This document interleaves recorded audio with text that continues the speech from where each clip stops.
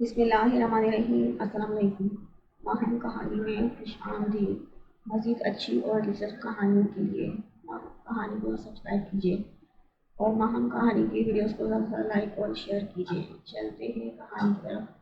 اس طرح نہیں کرتے، رابطے دو رکھتے ہیں، تھوڑا ملنے جلنے کا سلسلہ دو رکھتے ہیں۔ منزلیں بلند ہوں تو مشکلیں تو آتی ہیں، مشکلوں سے لڑنے کا حوصلہ تو رکھتے ہیں۔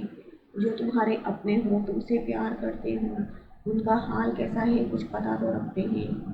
دوستی کے رشتے کو توڑتے نہیں ایسے، روٹھے دوستوں سے بھی واسطہ تو رکھتے ہیں۔ چھوڑ جانے والے لوٹ کے بھی آتے ہیں، لوٹ کے وہ آنے کا راستہ تو رکھتے ہیں۔ اس نے صبح اٹھ کر اپنا سیل فون چیک کیا تو تقریباً پاپا کے نمبر سے لاتعداد مس کالز تھیں، اور پھر یہ میسج جس میں اپنے تئیں انہوں نے اس کی خفگی کو محسوس کر کے گویا اسے سمجھانے کی کوشش کی تھی۔ وہ بے اختیار مسکرا دی۔ وہ ان سے خفا نہیں تھی، البتہ رات کو جلدی ضرور سو گئی تھی۔ اس وقت ان کو کال کرنے کا نمبر ملایا تو کریڈٹ ختم تھا۔ وہ بے چین سی ہو کر بستر سے نکل آئی۔ ماما سر تک کمبل تانے ہمس سو رہی تھی، البتہ فضا کا بستر خالی تھا۔ وہ اندازہ کر سکتی تھی کہ وہ اس وقت کہاں ہوگی۔ اشر، ولید اور عاقب کے ساتھ ساتھ تاؤ جی کا ناشتہ بنانے میں مصروف۔ چاروں صبح کو تھوڑے وقفے سے نکلا کرتے تھے۔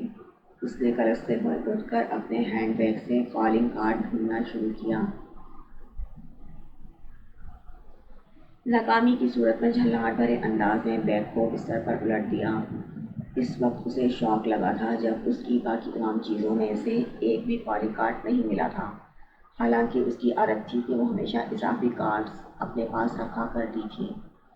نیہا سے بھی بات کرنی تھی، کارڈز کی اشد ضرورت تھی۔ وہ 500 کا نوٹ مٹھی میں دبائے، شال گھسیٹ کر اوڑھ دی، دروازہ کھول کر باہر آئی۔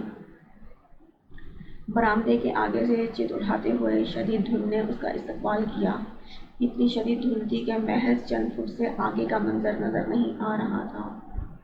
وہ گرم بستر سے ایک دم اٹھ کر باہر آ گئی تھی، وجود میں کپکپی سی چھوٹ گئی، مگر وہ پرواہ کیے بغیر سیڑھیاں پھلانگتی نیچے آ گئی تھی۔ اشر، اشر، اس نے آخری سیڑھی پر تھم کر کہا۔ زور سے آواز دی تھی۔ صحن میں لگے واش بیسن کے آگے کھڑے منہ دھوتے ولید نے گردن موڑ کر اسے دیکھا۔ آف وائٹ جینس پہ براؤن خوبصورت سی شال لیے وہ اس کی سمت متوجہ نہیں تھی، مگر اپنے اندر ایسی مقدسی کشش رکھتی تھی۔ وہ کئی ثانیے پلکیں نہیں جھپک سکا تھا۔ جی جناب، حکم۔ اشر عین اس کے پیچھے آ کر زور سے بولا تو وہ اپنی جگہ اچھلی اور گرنے سے بچنے کو بے اختیار گرل کو تھام گئی۔ بدتمیز، میں تمہیں ادھر ادھر ڈھونڈ رہی تھی۔ وہ اس کی سمت مڑتے ہی خفا ہونے لگی تھی۔ میم، ہم اوپر تھے۔ اشر نے مسکرا کر وضاحت دی۔ مجھے کالنگ کارڈز چاہیے، کالج سے آتے ہوئے لا دینا۔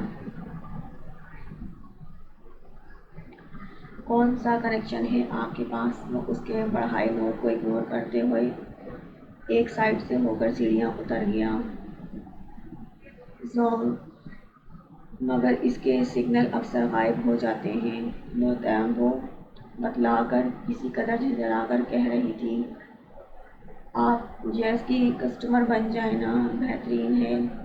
جانتی ہوں، سم تھی بھی میرے پاس، پتہ نہیں اب بیگ میں ساتھ رکھ کر لائی ہوں کہ نہیں، دیکھوں گی۔ وہ اپنی ڈانسر اسے جتلا رہی تھی۔ اور یہ پیسے تو لے لو۔ وہ اسے جاتے دیکھ کر پکاری۔ فکر نہ کریں، اتنا سا کام کر کے میں غریب نہیں ہو جاؤں گا۔ ویسے اگر ضروری کال کرنی ہے تو میرا سیل فون لے لیجیے۔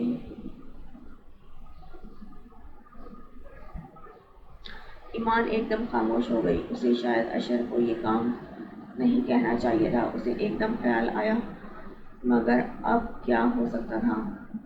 آئندہ اس نے احتیاط لازم کرنی تھی۔ وہ بہت انا پرست تھی، اسے کسی پر بوجھ بننا اچھا نہیں لگتا تھا۔ کیا ہوا؟ خاموش کیوں ہو گئی؟ منہ پلٹ کر واپس آیا تھا۔ ولید شیو بنا چکا تھا۔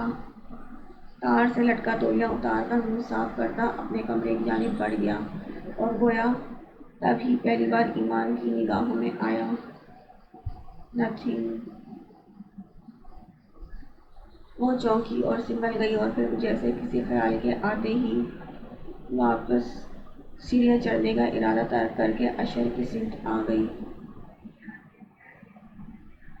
سنو، تمہارے بھائی کچھ پراؤڈ نہیں ہے؟ اس نے انگلی سے ولید کے کمرے کی سمت اشارہ کیا تھا۔ کچھ بہت زیادہ پراؤڈ ہے۔ دراصل ان کو لڑکیوں نے ان کی خوبصورتی کی وجہ سے بہت سر چڑھایا ہوا ہے۔ خود کو کچھ سمجھنے لگے ہیں۔